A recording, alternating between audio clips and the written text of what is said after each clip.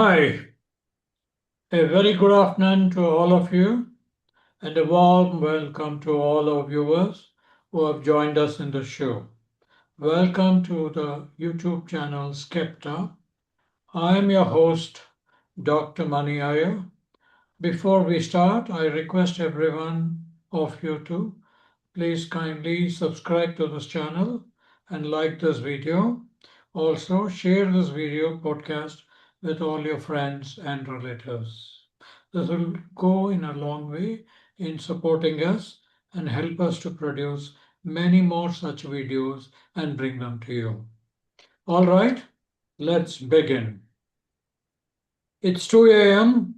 You are replaying something you said in a meeting 3 years ago. Nobody else remembers it. You still cringe. Or maybe it's a breakup, a decision, or an argument, and your mind just won't stop turning it over, even though nothing new ever comes from it. There's a name for this. There's real research on why it happens, and more importantly, there's a way out of it. Let's get into it. So, I have a feeling today's episode is going to make a lot of people say, "Oh no, that's literally me." Joining me, joining me on the show is Miss Medhavi Sati, a rehabilitation and clinical psychologist. Medhavi, welcome back to the show.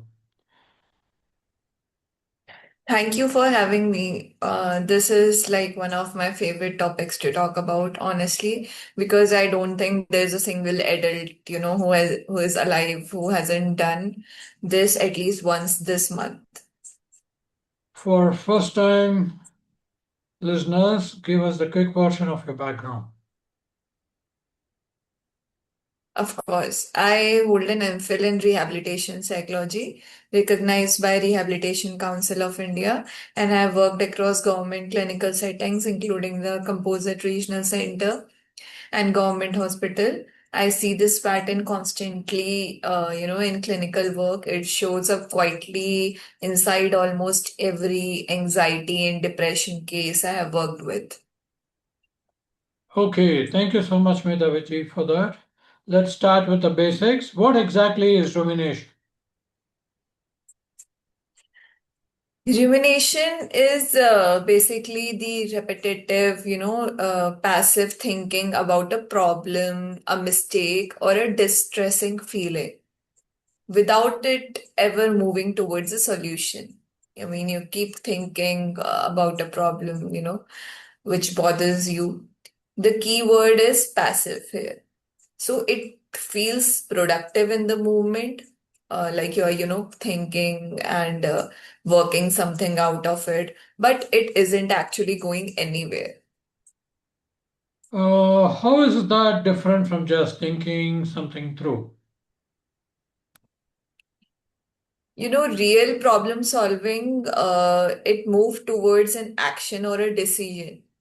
Rumination is just the loop. It's the difference between what happened, what can I learn, and what will I do differently, versus why did this happen to me? What does this say about me? And why can't I stop thinking about this? Round and round with no exit. For example, Neha, a girl, gave a presentation last Tuesday that actually went fine, a few nods, some decent questions. But here she noticed her manager glance at his phone for a few seconds, during the third slide. It's now Sunday night, and she has replayed, the exact 3-second moment for at least 40 times, constructing an entire story about how he secretly thinks she's incompetent despite zero actual evidence beyond that one glance. Oh, that's very much specific, relatable example. It's incredibly, common.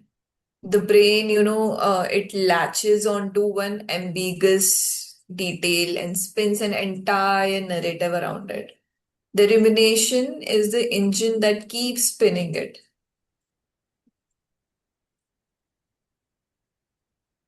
Is there research behind why our brains get stuck like this? Yes, the researcher most associated with this is Suzanne Nolan Hoaxema, who studied rumination extensively starting in the 1980s and her 90s.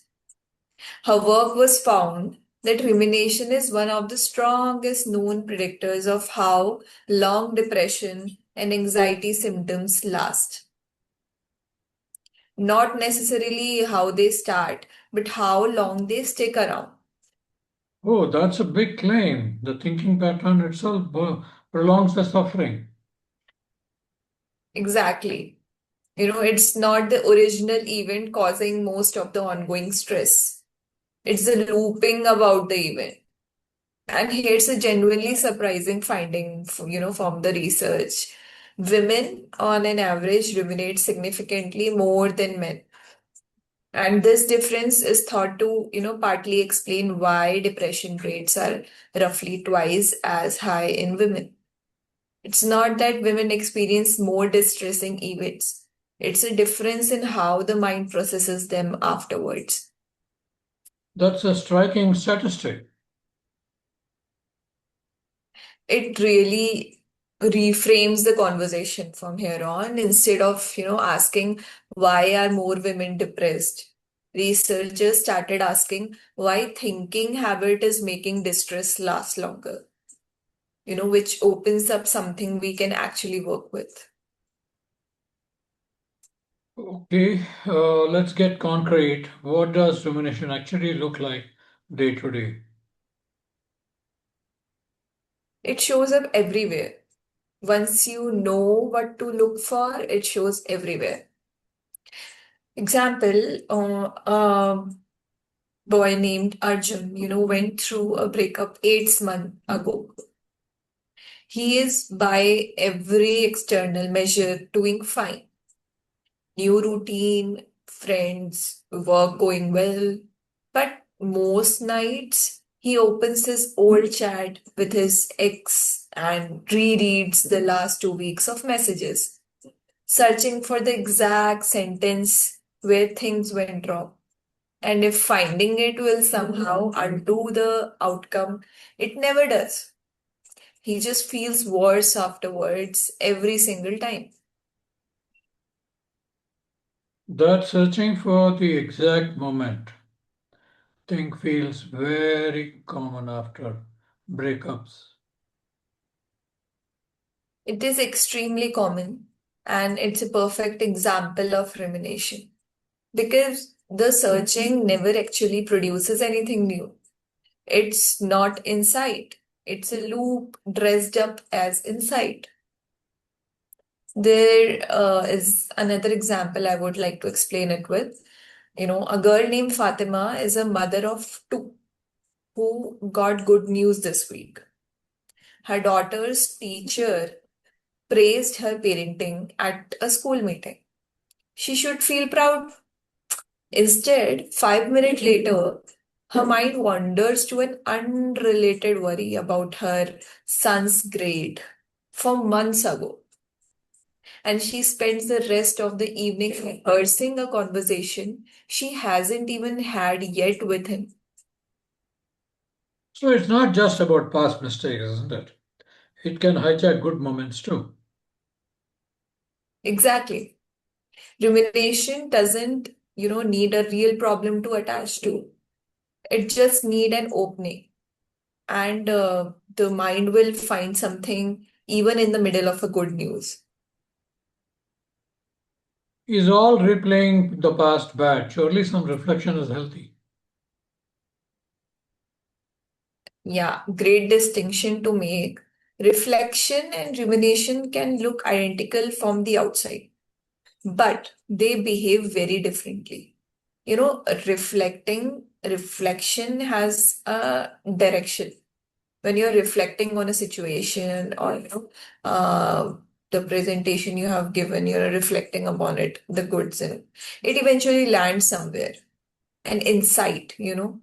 कि, I have done good in this or I have done bad in this, maybe a decision to make, should I do that, should I do this, a sense of closure.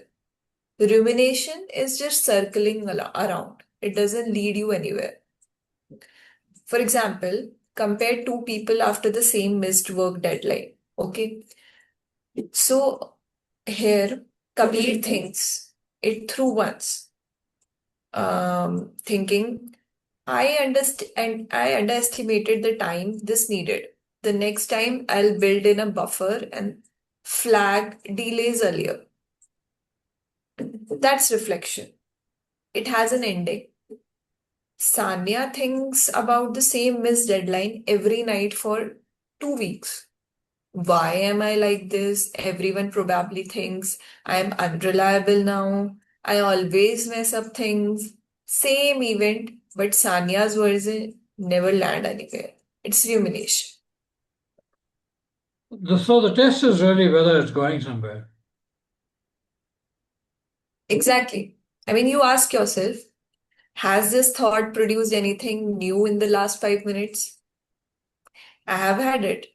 If the answer is no, it's very likely rumination, not reflection. Okay, so does rumination affect more than just mood, or does it show up physically? Very much so. I mean, rumination keeps your stress response mildly activated for like far longer than the original event would justify.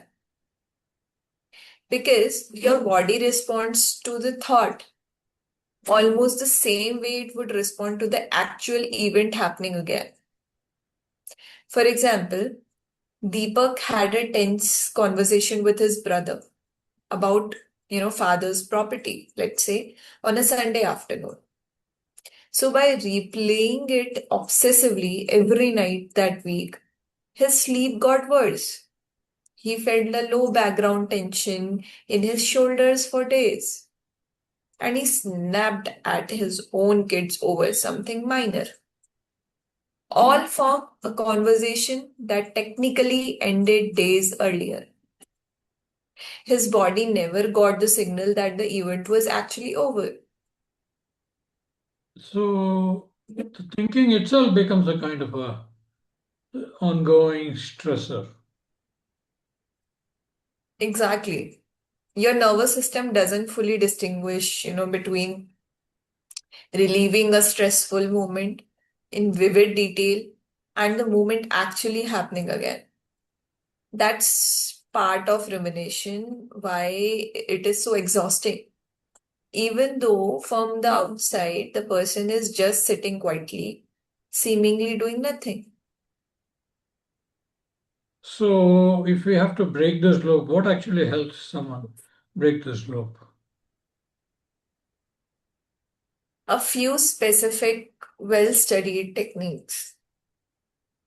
So, this is the, something you would apply. But,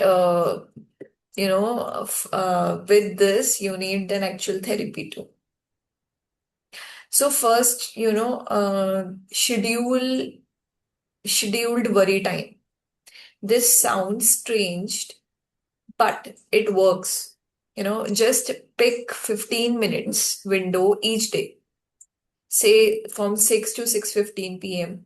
And when ruminating thought shows up outside that window, you consciously note it and tell yourself, I'll think about this at 6. Often by 6 p.m., the urgency has genuinely faded. Hmm.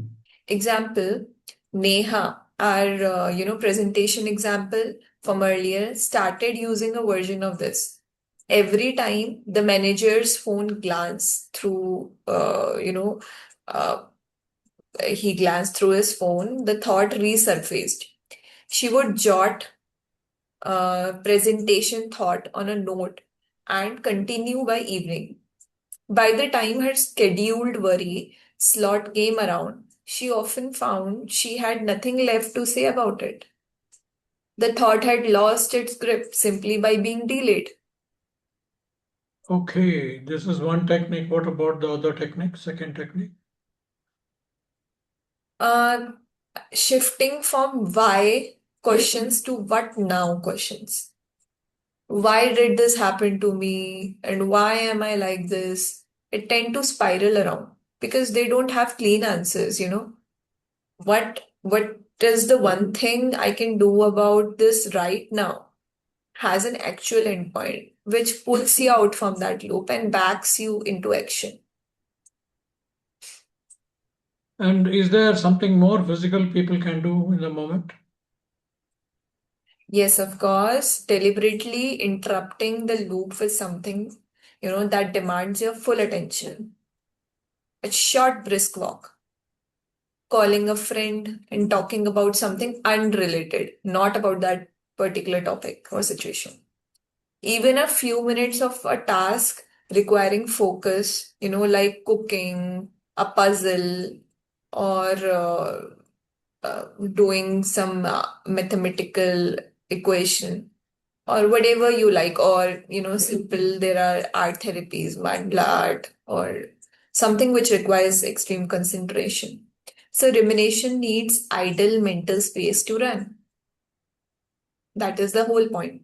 Giving your attention somewhere else, even briefly, breaks the cycle enough to rest or reset. Okay, ma'am. So more or less, you know, you explained it very well. Now let's do a quick rapid fire before we close. Is rumination the same as overthinking? Rumination and overthinking, they're very closely related. Rumination is really we use rumination as a clinical term for the specific looping, non-productive version of what people casually call overthinking. So can journaling make it worse? It can. If it just becomes replaying the same story on paper, journaling helps only when it moves towards reflection. uh, the same thing, asking what did I learn rather than just describing or re-describing the pain again and again, again and again. So is rumination ever at all useful? A small amount of processing is normal and even useful. The problem is strictly the looping, unproductive version that doesn't lead anywhere. One resource you would recommend? I would like to recommend you the uh, author I told you, Suzanne Nolan Hoxema's book, Women Who Think Too Much. It is accessible and genuinely eye-opening, even though the techniques inside apply to absolutely everyone, not just women.